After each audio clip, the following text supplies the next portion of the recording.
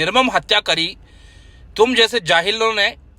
उसके बाद तुम कहते हो कि उसका समय आ गया होगा, नाबालिग लड़की ने बुला भी लिया। नातनी इतनी नाबालिग थी कि खाने की जगह कुछ और गू खाती थी। समय आ गया होगा उसका, 2-4 झापड़ मार दिए। इस हरामी, इस गुंडे, इस बुड्ढे की बात सुनो पहले। आप कह रहा है 2-4 झापड़ मारे और समय आ गया उसका।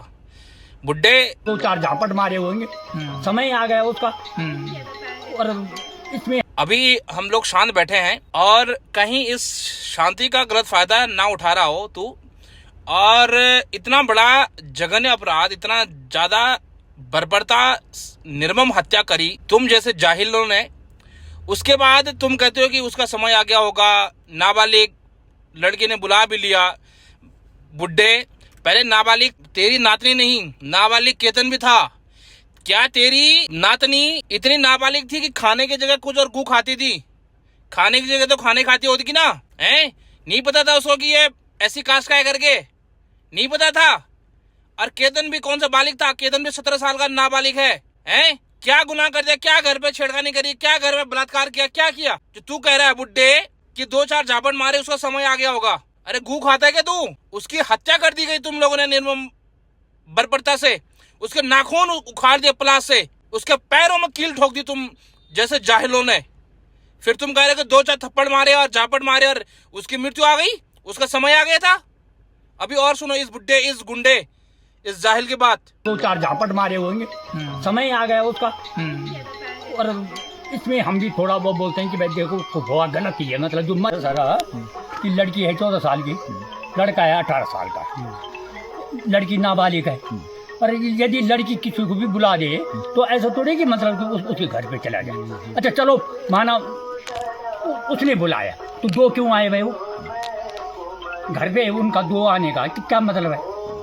और अब और ऐसे में वो प्रधान बोल रहा था कि हम गांव में हम गांव के प्रधान हैं, हम किसी का ऐसा थोड़ी कि 11 बजे रात में अपने लड़कों को 12 बजे बोल दे कि भाई बेटे को गाड़ी लेके जा भाई, जिसको वहां छोड़। ऐसा नहीं होगा, दूसरे गांव में चले जा। और जो इन्होंने हुआ क्या, उन्होंने नाता रिश्ता है यहाँ गांव में, ऐसा नहीं कि उन्होंने उसको हम मार दें। उसको थोड़ा मतलब उसने डर के मारे, उन्होंने थोड़ा 2-4 झापट मारे होंगे, समय आ गया उसका। और इसमें हम भी थोड़ा बहुत बोलते हैं कि भाई देखो बहुत गलत ही है। मतलब जो मर रहा हो, और नहीं तो भाई रात को किसी के घर पे जाना या हमारे घर पे आए या किसी के घर पे जाए तो वो क्या करे? लड़की किसी को भी बुला दे, औरों को क्यों नहीं बुलाया? केतन को ही क्यों बुलाया उसने? अगर प्यार नहीं करती थी लड़की ने, औरों को क्यों नहीं बुलाया? उसको ही क्यों बुलाया है? केतन को ही क्यों बुलाया? केतन भी नाबालिग था, तेरे नातनी भी नाबालिग थी। तेरी नातनी अन्न की जगह गू खाती है क्या? कि जो उसको पता ही नहीं किसको फोन मिला रही हूँ मैं, उसको पता ही नहीं किसको बुला रही हूं मैं। ये सारी इन लोगों की साजिश है। सारी ये लोग उस घटना पर पर्दा डालने का कार्य कर रहे हैं। हम इस पर्दे को उखाड़ कर फेंकेंगे और इस पर्दे को नहीं ओढ़ने देंगे इन अपराधियों के ऊपर, इन जिहादियों, इन कातिलों के ऊपर। इन कातिलों को मौत की सजा मौत होगी। अब जाग गया है हर इंसान, हर जिसके अंदर इंसानियत है वो जाग गया है। तुम लोगों ने उसको सिर्फ और सिर्फ दलित होने के वजह से मार रखा है। अगर कोई राजपूत होता, कोई ब्राह्मण होता, कोई दूसरा अन्य जाति का होता, तुम उसको नहीं मारते। मैं लिख के देता हूं, तुम्हारी मानसिकता बता रही है, तुम्हारी दिमाग के अंदर क्या भूसा भरा हुआ है वो बता रहा है। अभी और सुनो इस बुड्ढे की बात आगे। माना केतन आ गया 12 बजे, 1 बजे, 2 बजे आ गया, भाई तुम लोगों ने कानून को अपने हाथ में क्यों लिया? तुम लोगों ने उसके साथ बर्बरता क्यों करी? तू बुड्ढा कह रहा है कि 2 थप्पड़ मारे, 2-4 झापड़ मारे, 2-4 झापड़ मारे तो 2-4 झापड़ मारे तू मर जाएगा? तेरी अगर 2-4 झापड़ मारो मैं कान पर खींच के, तू मर जाएगा? नहीं मरेगा। तुम लोगों ने उसको बिल्कुल प्रोसिक्यूट करके मारा हुआ है, तुम लोगों ने उसको प्रताड़ित करके मारा हुआ है। उसके पाँव में कील ठोकी गई तुम लोगों से, तब मारा उसको तुम लोगों ने बर्बरता से। झापड़ मारने से कौन मरता है? तेरी 2 खींच के थप्पड़ मारकर तू मर जाएगा।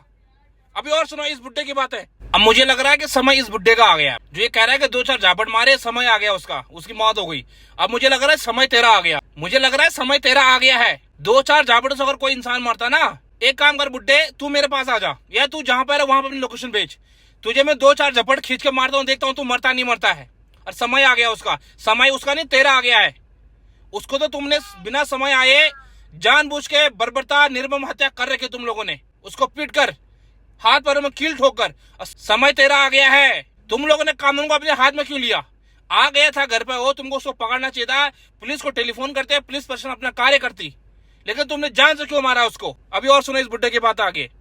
भाई अगर लड़का चले गया है, रात को भी चले गया, तो तुम लोगों ने जान से क्यों मारा उसको यार? जान से क्यों मारा? अपने प्रश्न सिर्फ ये है कि तुमने जान से क्यों मारा उसको? इतना पूछ रहा हूं मैं, जान से क्यों मारा? उसने गुनाह किया, अपने से उच्च जाति के लड़के से प्रेम कर बैठा था, उसकी गलती थी, मैं मानता हूं, लेकिन तुमने जान से क्यों मारा? तुमको हक किसने दिया जान से मारने का यार? तुमको अधिकार किसने दिया जान से मारने का? तुम्हारी क्या औकात जान से मारने की? तुम्हारी औकात भी नहीं है क्या बेटा?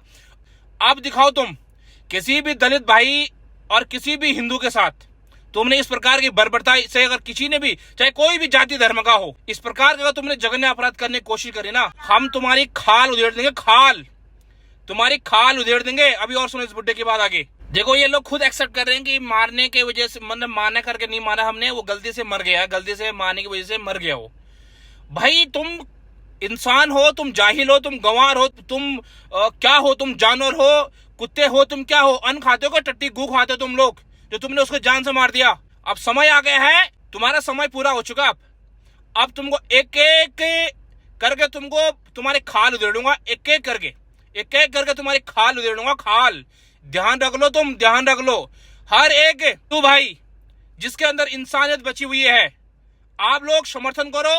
हम इनकी खाल उधेड़ने का कार्य करेंगे पुलिस प्रशासन और शासन प्रशासन के माध्यम से। आने वाले 30 जून 2026 को हम लमगांव थाने का घेराव करेंगे और उसमें हम पुलिस प्रशासन को हम ज्ञापन देंगे कि मौत की सजा मौत होनी चाहिए।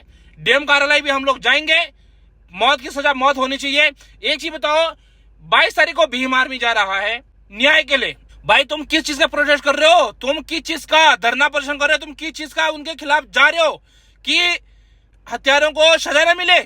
इसलिए साफ दिख रहा है जातिवाद कौन कर रहा है। जातिवाद तुम लोग कर रहे हो। तुम लोग कहते हो कि सब बाढ़ में भाई भाई हैं।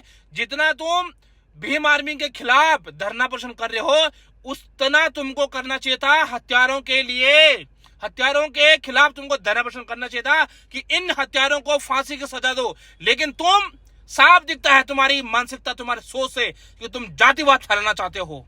तुम उसके खिलाफ में हो जो हत्या के खिलाफ बात कर रहा है। तुम उसके खिलाफ बात कर रहे हो जो हत्यारे थे। लड़की के परिजनों की संरक्षण के लिए तुम लोग धरना प्रदर्शन कर रहे हो। साफ दिख रहा है कि कौन जातिवाद फैला रहा है। आप लोग दोस्तों कमेंट के माध्यम से अपनी राय जरूर दो। इसी के साथ अपने शब्दों को मैं विराम करता हूं। आपका दिन मंगलमय हो, धर्म की जय हो, अधर्म का नाश हो। जय श्री राम।